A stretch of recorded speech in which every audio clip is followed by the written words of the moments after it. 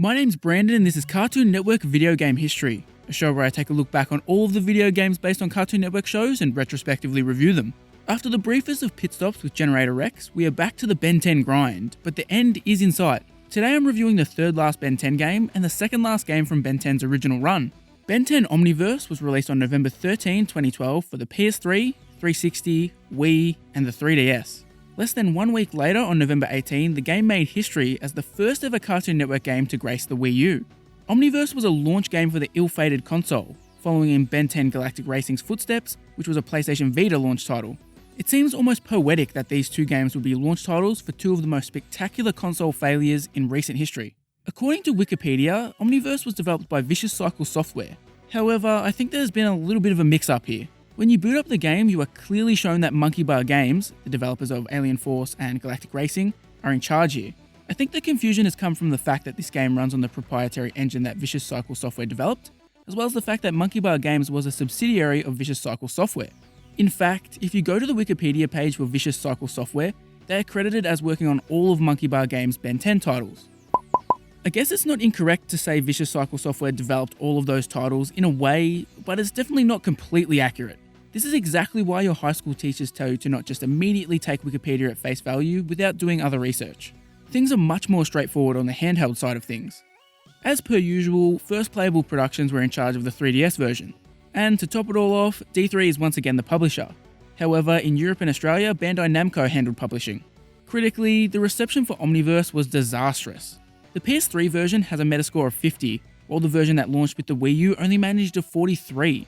Nintendo World Report gave it a 4.5, while Nintendo Life, an official Nintendo magazine, gave it a 4. PlayStation Universe was the only site to give this game a positive review, managing to score it a 7 out of 10. I loved the last traditional Ben 10 game, Cosmic Destruction, so could Omniverse really be a major step back for the series?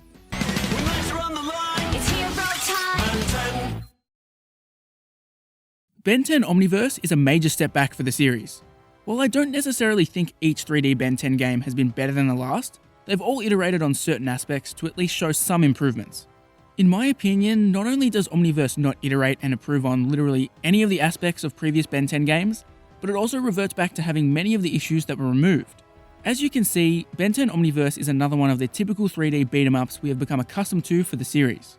This is the 5th time we've had a game like this, so the concept of making these games has basically become a cooking recipe at this point. Light and heavy attacks are once again present, as are several special attacks for each of Ben's aliens. Using these special attacks drains your Omnitrix meter. In earlier games, performing actions while in your alien form would deplete a meter that would eventually become empty and force you to turn back into Ben. Cosmic Destruction removed this, and instead tied special moves to a different meter that didn't force you to become Ben again. For some ungodly reason, Monkey Bar Games has reverted back to this unenjoyable format. This makes combat a chore, especially before you upgrade the Omnitrix capabilities. Performing 2 or 3 special attacks will send you straight back to being Ben, and even the basic attacks knock your meter down significantly. Special attacks are a major part of this game too, because enemies are absolute sponges. Taking down any of the game's dull as hell enemies is an arduous process, with some combat encounters taking 5+ minutes. The weirdest thing is, reverting back to Ben never seemed like that much of a disadvantage. Yeah, Ben's attacks do far less damage, but you never feel like you're in danger like you did in the other games. Instead of running for your life, once you turn back to Ben, you'll just keep on spamming attacks until your Omnitrix recharges. A Ben-only run of this game doesn't seem like it would be too hard to do. It would be tedious, yes, but you could do it with relative ease. Another annoyance that stems from this is the fact that your Omnitrix doesn't passively recharge while you're in alien form. This means every time you finish a combat encounter, you're forced to switch back to Ben for 10 seconds before turning into an alien again. It's not the worst thing in the grand scheme of the game, but it's just one more tedious thing to deal with. Outside of that, the combat just feels so much worse than Cosmic Destruction. If you watch that review, you'll remember that Cosmic Destruction introduced a free-flow combat system that was reminiscent of the Batman Arkham games. This made fighting far more enjoyable, and it even employed a simple but effective parrying system. All of that has been gutted from Omniverse, so we're back to the unrefined and unsophisticated button mashing without any thought or care. I think the one shining light of Omniverse's combat is that you have access to all of Ben's aliens right from the start. You have about a dozen aliens at your disposal here with absolutely no restrictions. You can choose 4 aliens to switch to on the fly using the D-pad, but holding down any of those buttons will take you to a character select wheel. This is actually quite nice and allows you to use your favourites, while the game can still ask you to solve puzzles using specific aliens. As far as I could tell, basically every alien played the same. They all seem to move at the same speed, and their attacks all did the same amounts of damage. It gives you absolutely no reason to jump around to different aliens. I decided I liked using Forearms and Diamond Head, so I just used them for the entire game. With so many aliens at your disposal, surely you could have implemented enemy types that are weak to specific aliens or something along those lines. Just give me something that makes these aliens feel unique. The only thing setting them apart is that some of them have overworld powers, but even then, that's a small selection. I'm not even sure half the aliens get used for puzzle solving or traversal, meaning you just use the same aliens over and over again despite having such a large pool to pick from. As you can imagine, the typical item pickups are once again on display here. Smashing enemies will restore your health, Omnitrix, and give you experience points. Each alien can be upgraded twice, unlocking access to new special moves that are stronger or can deal simultaneous damage to more enemies. After you upgrade your favourite characters, don't even think about where you're spending your experience points. Before the end of the game, you'll have completely upgraded every single character, taking any need to think out of the equation.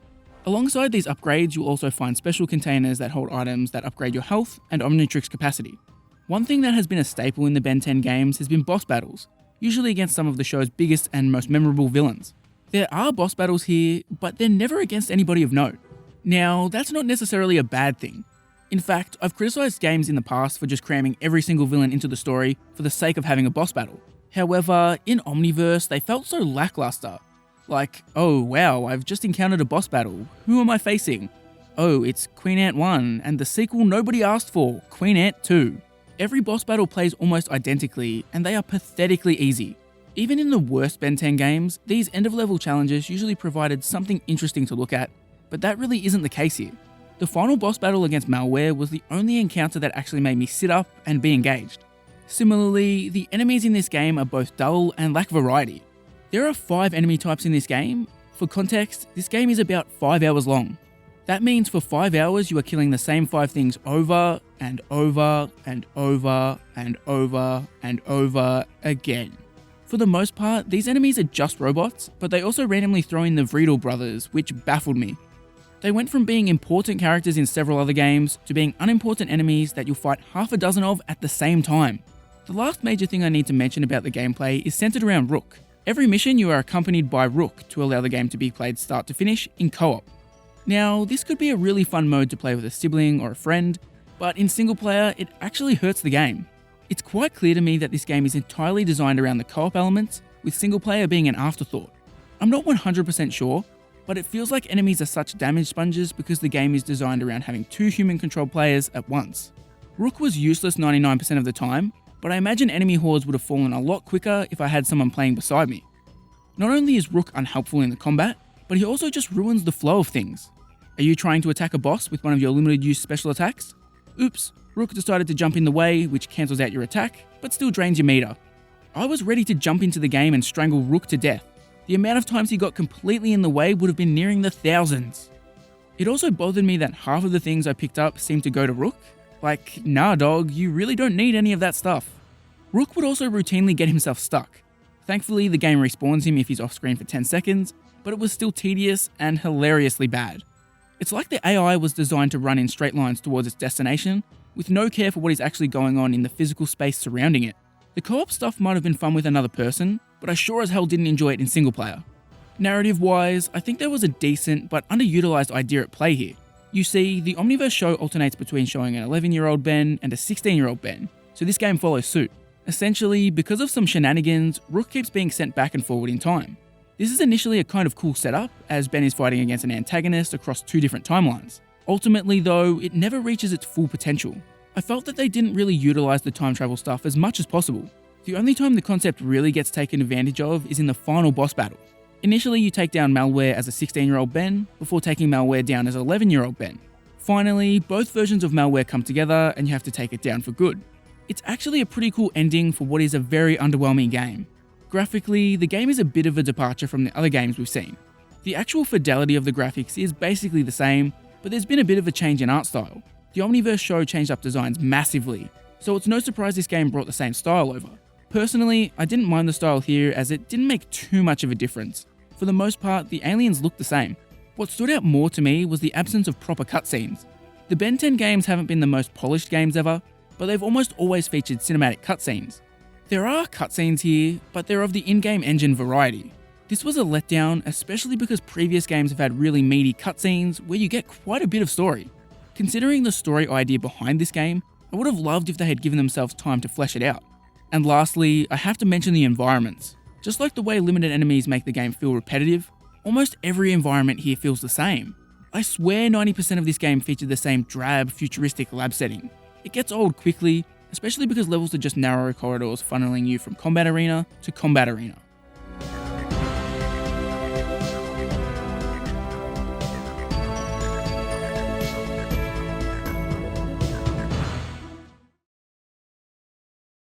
Future and past collide. It's up to Ben 10 to save the day. Blast through time as young Ben and teen Ben in a fast-paced action game based on the new series Ben 10 Omniverse. Fight as new alien heroes like Feedback and Blocks, or play as classic favorites like Diamond Head and Accelerate. Play solo, or have a friend join in and play co-op as Ben's sidekick, Rook. Ben 10 Omniverse, the video game.